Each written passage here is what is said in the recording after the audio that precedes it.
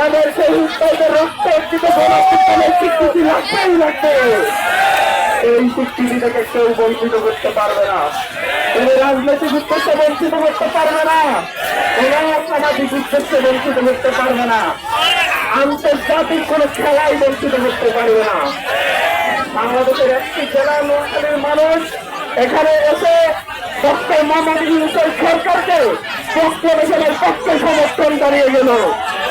আমরা একটু পরিচয় এসেছি, কিন্তু আমরা সংখ্যায় বেশি এসেছি।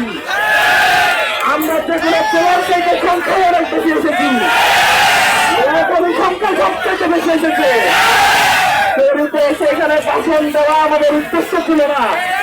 আমাদের উদ্দেশ্য মূলত হচ্ছে আমাদের সেই শহীদ শিল্পী আমাদের নোয়াখালীতে জীবন দিয়েছিল, শহীদ রিটন জীবন দিয়েছিল, আরো সেই 3-5 নোয়াখালী থেকে জীবন দিয়েছিল, তাদের জীবনের পক্ষে আমরা স্বীকৃতি আদায় করতে এসেছি, শহীদদের স্বীকৃতি আদায় করতে এসেছি, আহতদের স্বীকৃতি আদায় করতে এসেছি।